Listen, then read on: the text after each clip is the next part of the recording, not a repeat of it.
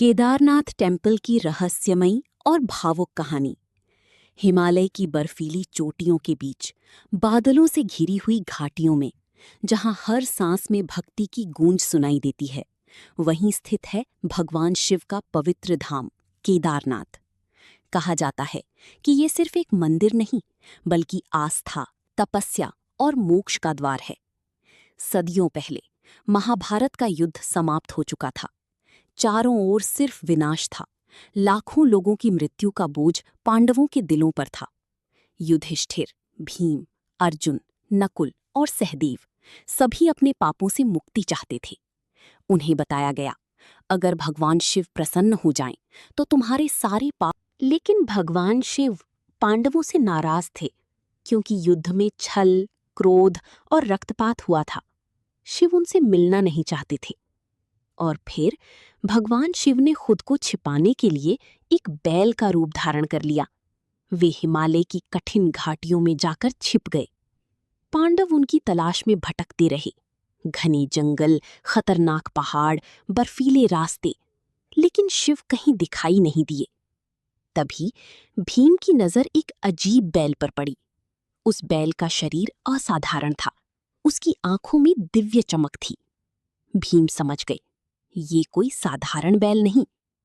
भीम ने उस बैल को पकड़ने की कोशिश की, लेकिन अचानक वो बैल धरती में समाने लगा। भीम ने तेजी से उसकी पीठ पकड़ ली। उसी क्षण धरती कांप उठी, आकाश में बिजली चमकने लगी और भगवान शिव अपने असली रूप में प्रकट हुए। पांडव तुरंत उनके चरणों में गिर पड़ी।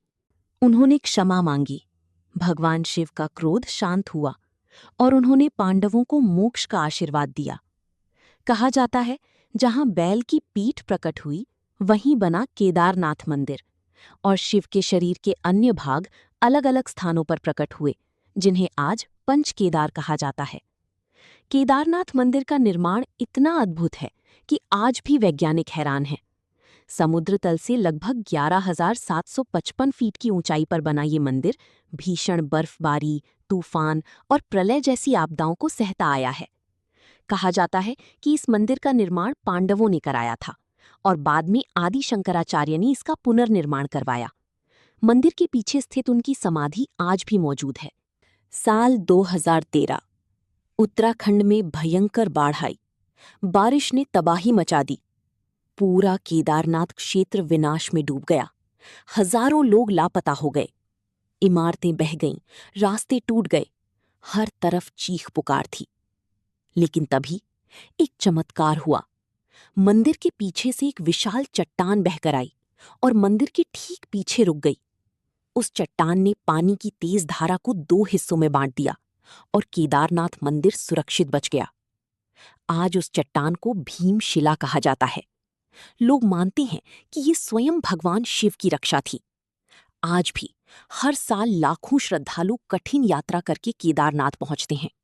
कोई अपने दुख लेकर आता है, कोई उम्मीद लेकर, तो कोई सिर्फ भगवान शिव के दर्शन के लिए।